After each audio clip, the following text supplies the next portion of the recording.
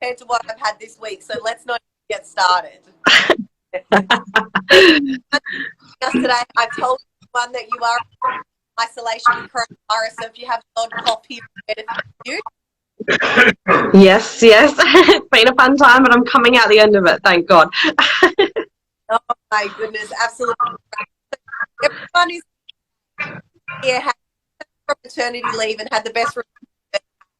So can we just kick off by you just sharing a bit of what's your roles, what's your responsibility, how long have you been in this actual role before maternity leave and returning from maternity as well? Yeah, so I've been with my current company for 5 years nearly, but within property management for going on 13. So it's definitely since I was 19. I sort of came back to the office on a leasing consultant role when I was studying. So, but from there I sort of refound some passion and started the BDM role part-time. So pre-COVID, I was half leasing consultant, half BDM. BDM I just hadn't committed myself to yes, this is what I am good at doing, and I think I lacked confidence. So coming back from mat leave, I was like, no, I want to do something I'm passionate about. I want to commit myself to it. So coming back from there with the COVID landscape, definitely it looked a lot different to what it did before I went on mat leave, but here we are. So not only did you return from maternity leave, but you returned from maternity leave into a role that you actually hadn't executed on a full-time basis before. So No. I actually didn't even realize that. So that just makes your results even more phenomenal, right? Because you didn't have that base foundation already. Like you had to build on that from the absolute get-go when you returned. Yeah, that's right. Wow, you've impressed me from the get-go, but even more so now. Thanks, Megan, for letting me know there was an echo. I've just chucked my earphones on to avoid that echo because I definitely don't want to have any audio issues, that's for sure. Now tell me, Shelley, you went from obviously not being in any sort of placement if you're in a leasing role and not a BDM role. What has your success looked like recently? I can tell everyone how phenomenal you are, but I want to hear it from you. Number one across the state, you've been number 3 national. What does that look like for you? Number one nationally, guys. So Shelley, you only returned from maternity leave. How old's Evie now? About 20 months? She's turning 2 in September. So I officially came back February last year. So it's been about 15 months and you've been awarded number 1 nationally, but you've also been consistently number 1 across your state as well. Yeah. So guys, let's put that into context. Come back, not only just from maternity leave, but her first time in a full-time BDM role. And in 14 months, Shelley managed to become number 1 nationally for her franchise group. Absolutely phenomenal. Like, if that doesn't get everyone listening to what you have to share today, Shelley, then absolutely nothing will. Now, tell me, in terms of the Next Level Growth Program, how did that help you come back and move into that BDM role and have so much success? What do you feel's been the most helpful for you, and what have you implemented the most? So absolutely everything you provided has had some effect, and it's one of those things you always say to us, pick your low-hanging fruit and focus on that. But in saying that, templates, structure, accountability, bouncing off of everybody who's in the challenge, I think I've really found every aspect of what you've put together beneficial in some way. Obviously, I've taken the referral partners and the sales team as my main sort of source of low-hanging fruit and run with that. And that's obviously the market we're in down in South Australia. It's quite a busy sales market, which in turn is a lot of my sales team talk to a lot of investors. So building up the relationship with them has been my priority, and really sort of rebuilding that relationship between property management and sales. And what I loved most about is what you implemented. And you said week 3 and week 4, which, guys, in week 3 we talk about referral partners. In week 4 we talk about maximizing the relationship with your sales agents, which will increase results. And you heard Shelley mention low-hanging fruit. You'll hear us talk about that all the time, whether it's myself or the participants. Don't go out there making cold calls when we have all of this low-hanging fruit with data and existing relationships that we just need to make sure we're exhausting. Shelley, you were getting on average how many leads from your sales agents before you started implementing what you learned in week 4 of the program? I know your results, I think it was almost like 4 times the amount it Yeah. increased. Yes, yeah. And obviously pre-COVID, it's sort of, I didn't track a lot of the stuff prior to that. But I know personally that my sales team talk to hundreds of investors every single day. And it's just about me reminding them that I'm there to help, and also doing whatever I can to help them get their results. Because the more, I think the biggest thing I've learned is the more you help people, the more they recognise. And also the first person that comes to mind then when they do have an investor is, oh, that I'm in the office and I can help them. So rebuilding that was very important, and that's definitely, like, my sales team are amazing. So I don't know where I'd be without them. So it's been just one of those processes. You haven't given yourself enough credit there, Shelley, because you have to understand, right, guys, people have sales agents. And people can have sales agents, but unless you know how to articulate what leads you're looking for, unless you know how to add value to that sales agent, unless you know how to remain front of mind and have a quality relationship with those sales agents, you're only going to get one type of lead. And that lead is the investor who purchases a property through your agency. There's 5 other types of leads that can come from every single interaction that your sales agents have with every single buyer. So, you know, and Shelley, we ran these numbers in the program. I looked at the sales team I was working with once, and they said, you know, they were at a sales meeting and they're like, guys, we had 720 buyers through our open homes on the weekend. And I'm like, wow, how phenomenal. And percentage wise, how many of those do you think would be an investor or retaining their property? And my sales agents gave me a figure of about 20%. Now, that should have meant that on the Monday morning, I had 145 leads from one weekend of open homes, right? This is one of the first conversations and meetings I'd ever been to when I joined my business as a BDM. So, Shelley, it is where would I be without my sales team, but where would you be without the skills that allows you to be that person for your sales team, right? Having a sales team is one thing.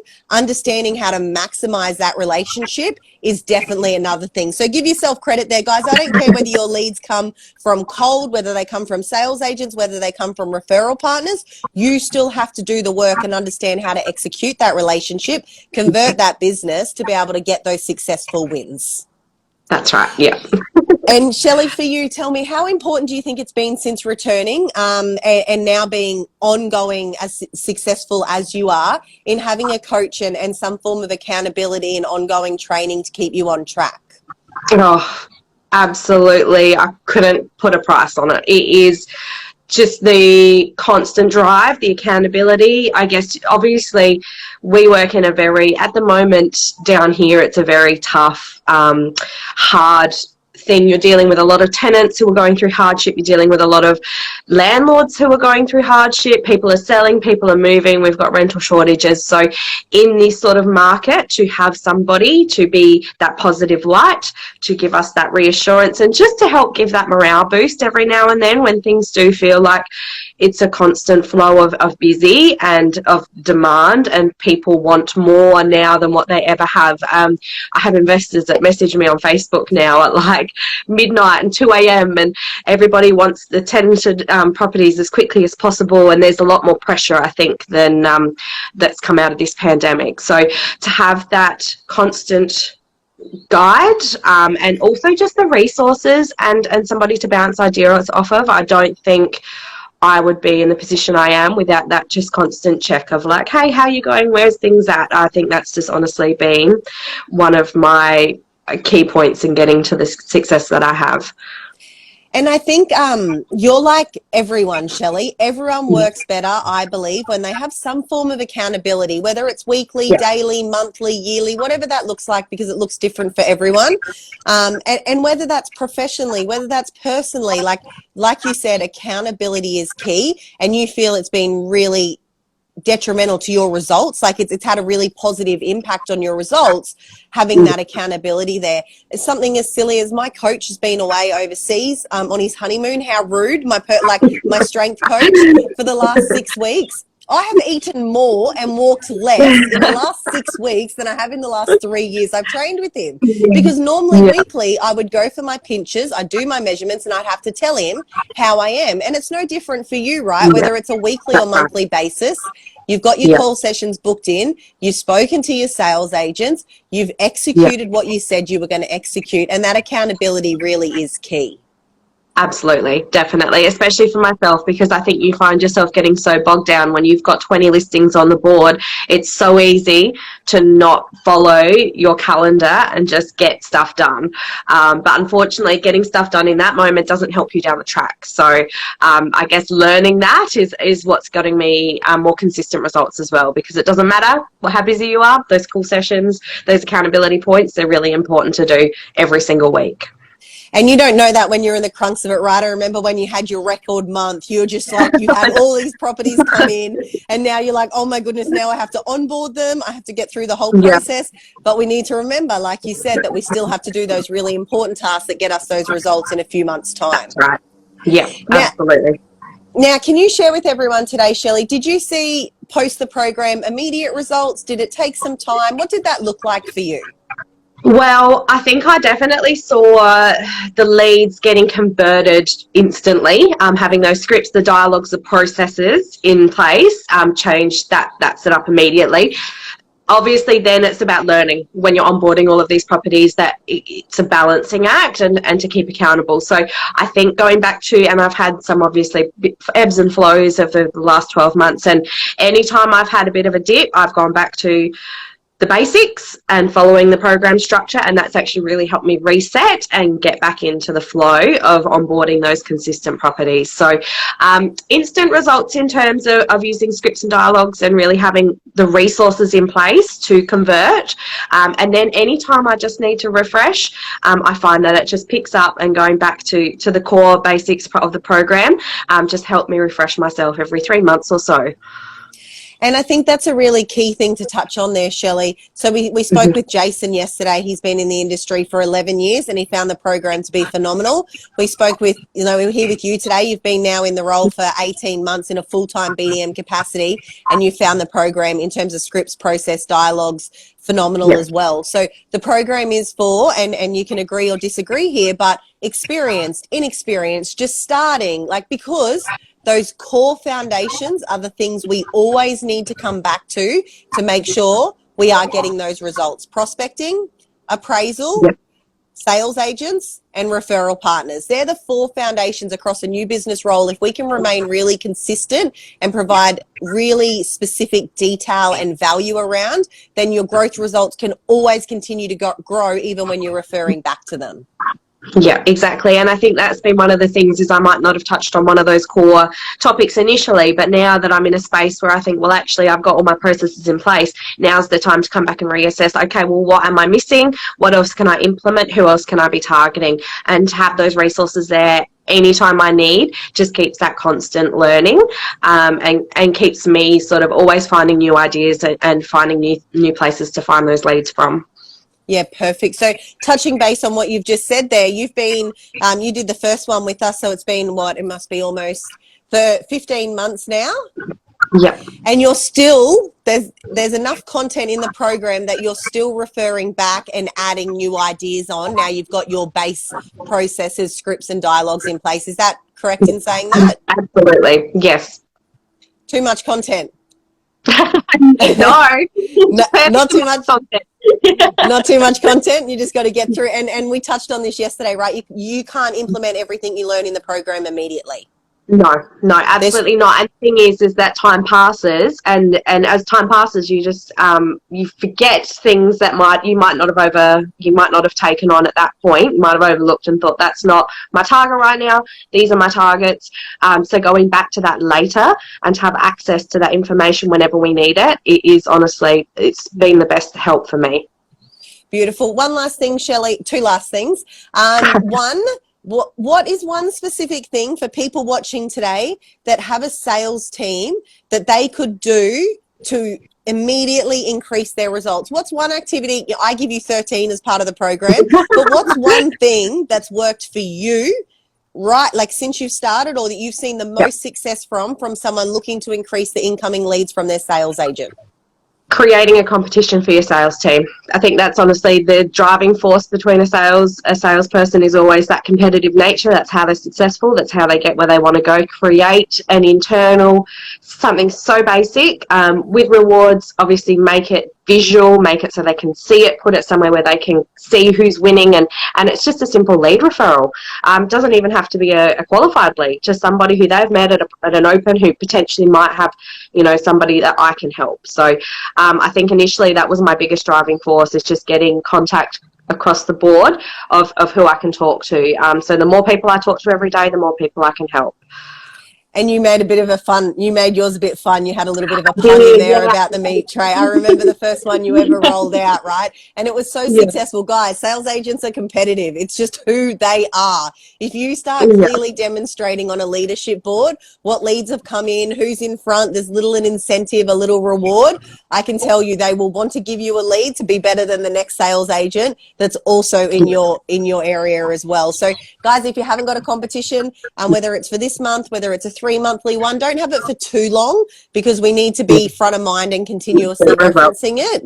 You've got to keep them short. You've got to keep them sweet. You can change it up a little bit. Then that could be one of the first things you do to implement some increase in the level of incoming leads in your business. Last part, Shelley, what was your favorite part about completing the Next Level Growth program with us? Having you, Nat, honestly. Stop it. No, it has been, I think, I can't even put into words how much you've helped, and just the passion and the drive and the everything that you've given us. And in saying that too, and the people who are within our group, I just think it's always lovely just to have a like-minded group to bounce off of, and to even have referrals between us. So it's been just, your knowledge has really been amazing. Thank you. So what Shelley's referring to there, guys, is we have the Next Level Growth program, which Jason referenced, a Next Level Growth Club, which Jason referenced yesterday as well. So as part of the program, you do it with a group of like-minded BDMs, principals, property managers. So you have a group of people, and Kate mentioned this as well, actually, Shelley, wow. You guys have all probably mentioned that. Just knowing people are in the same boat, people are feeling the same way, people want the same results, having not just myself and Terry, but having that support network of other people across Australia there in that 4 weeks and then ongoing as well has been really valuable to your own personal growth. Definitely, yeah. And just to give us a little back insight on you, Shelley, just before we wrap up, how do you love being a mum? Is it manageable in 4 days? If someone wants to do what you're doing, can they do it? Tell us. Absolutely. Yeah, no, and I think it's about always setting priorities, but me coming back to work, I always wanted to make sure that whatever work I was doing was worthwhile. You don't want to leave your kids at home to go and have a mediocre job and do mediocre things. So for me, coming back, I was always determined that if I was going to leave and I was going to be a working mum, that I was going to make it worthwhile and be successful at what I'm doing, because otherwise what's the point? Like, if you're just leaving the house and leaving her, and that time is so valuable. So I think it's commitment, it's prioritising, it's allowing for sick days and COVID and all of the wonderful diseases that she's brought into the house. But I want to show her that you can do it all if you put your mind to it. So I absolutely love that. And you are 100% proof, Shelley, that you can be successful professionally and personally as well, because you've demonstrated that. So guys, you have to be able to prioritize. You have to allow for the sickness. You have to allow for those days where you're ordinary, but those days where you are at work, you have to go in and you have to give 110%. So when you're at work, be present and focus on work. And when you're at home, be a mum and focus on being a mum at home, Shelley. And I think you've executed that really, really well. Thanks, Nat. You do a good job as well. I don't know. Sometimes I don't know whether I'm up or down. Oh, mate, with COVID, I don't know either. That's all of us. That's any working mum. Any mums on here or dads on here that are working and have a wife or a husband or fur dogs or kids, like it's always a balance, right? We just have to, I think Yeah. you've nailed that. We have to be able to prioritize, and just when we go to work, know that we're going to give work 110% and be our very best selves. So Shelley, thank you so much for tuning in today. Thank you, Matt. Really, really appreciate it, especially being so sick with COVID. I know it's been a rough week for you guys. Yeah, really, really appreciate it. And everyone listening today, thank you so much. I hope you got some insight into Shelley. Like we said, if you don't have a competition in place, go and implement it. And if you want to know, can you work and be a superstar personally and professionally while being a parent, then you absolutely can, because this lady here is proof of it all. Thanks so much. Thanks, Matt. Bye.